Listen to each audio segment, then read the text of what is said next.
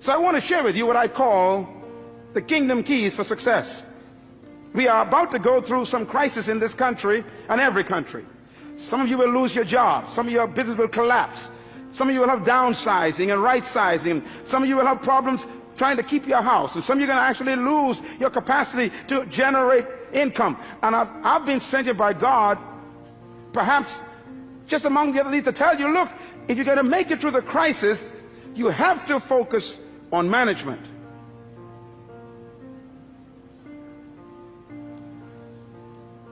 Here's God's successful key.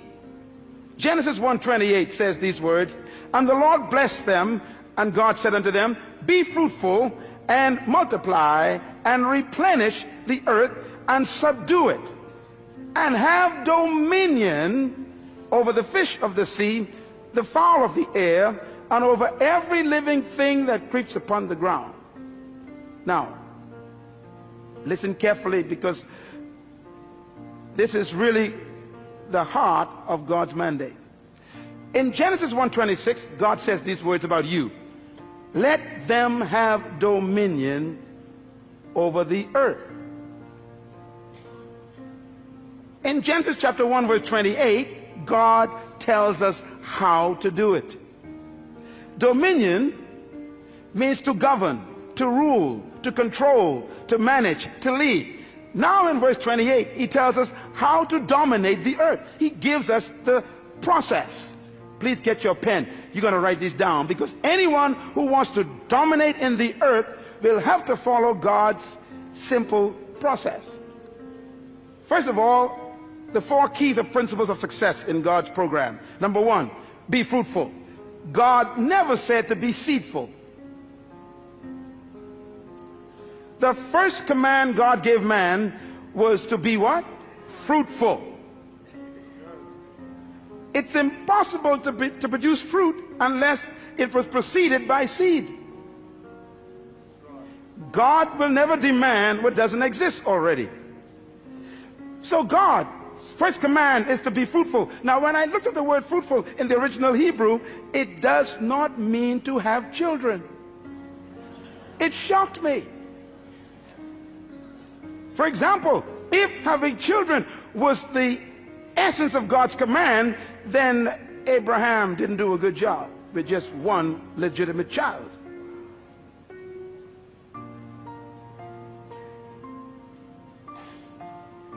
The word fruitful, write it down, it means productive.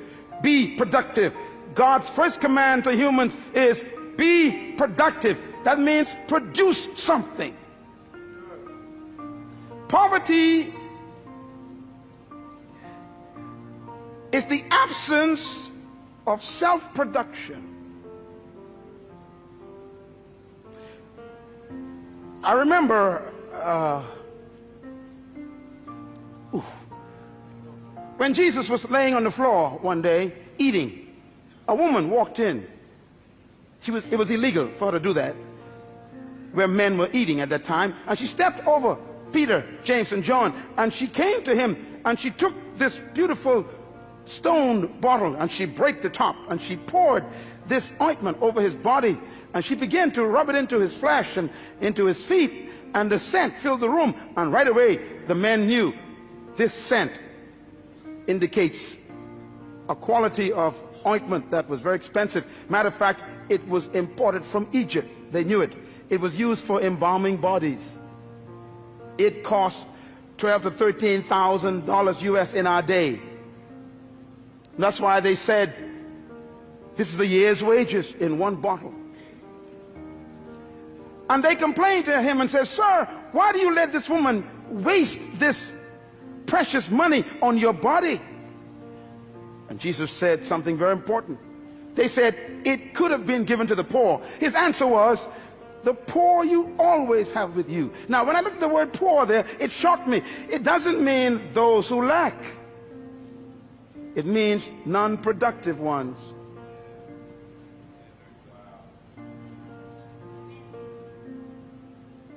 The first command of God is produce. Poverty is when you stop producing. And by the way, stay with me here. God said to Adam, be fruitful. God never gave Adam a chair or a table. He hid them in the trees.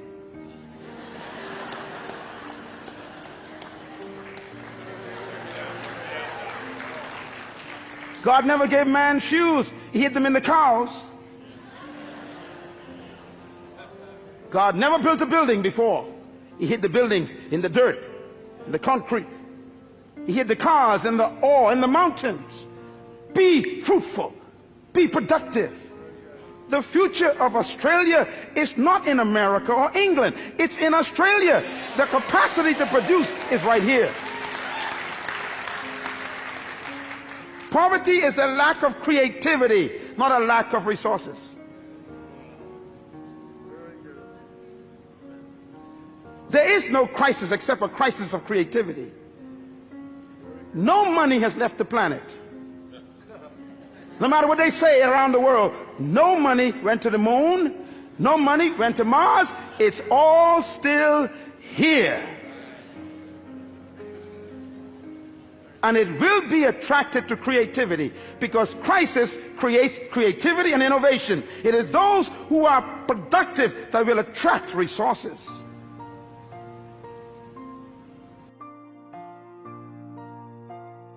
Is multiply. Multiply means to reproduce what you produced.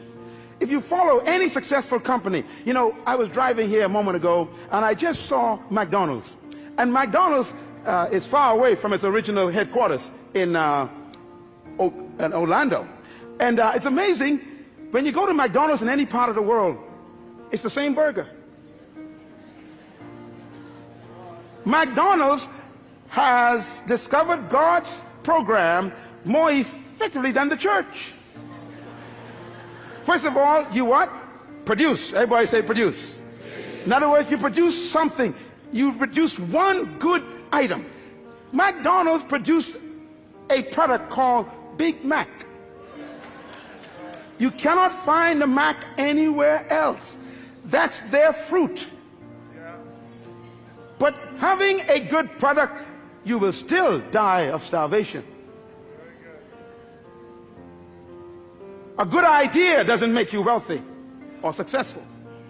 You got to be able to move to stage number 2. Multiply. Reproduce it. McDonald's have to develop a system that can produce 1 billion burgers every single month. And it's the same Big Mac. In China, in Ukraine, in Mexico, it's the same burger. In the Bahamas, in Jamaica, in Trinidad, in London, it's the same burger. Why? They have learned to move God's second stage. They produce and then they reproduce. Every successful business on earth has stolen God's process, and only the church have missed it. That's why we're broke. Microsoft, Bill Gates produced one good fruit, and then he put the system in to multiply it. What you cannot reproduce will die. The third command of God is very important. He said replenish. Everybody say replenish. The word replenish means to distribute.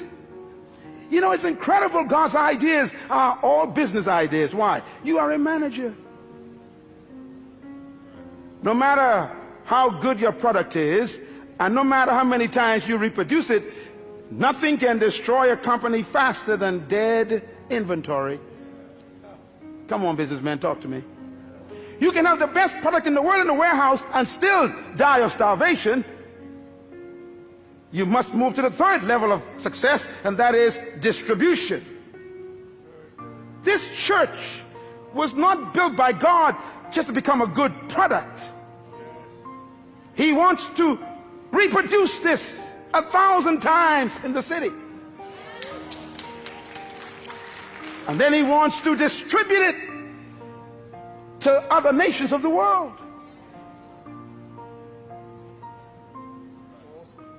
Any company, anywhere in the world, who are successful have followed God's program.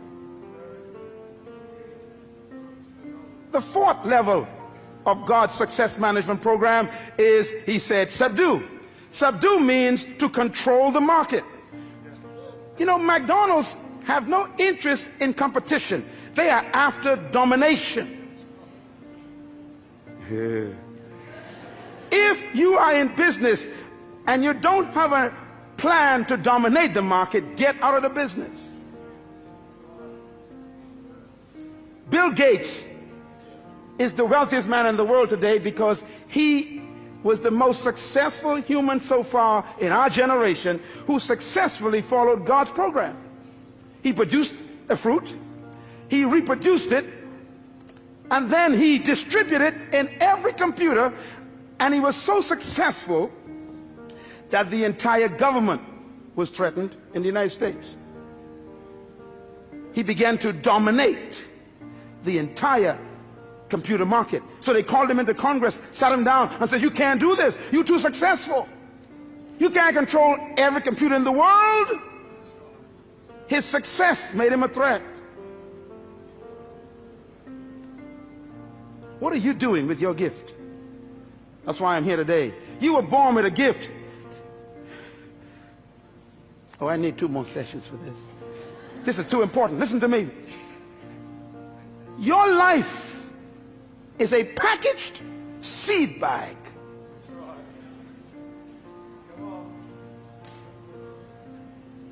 Subdue, control.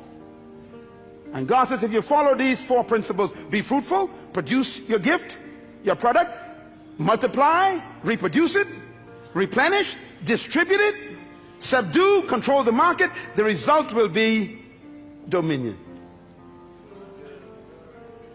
Dominion, therefore, is not a pursuit, it's a result.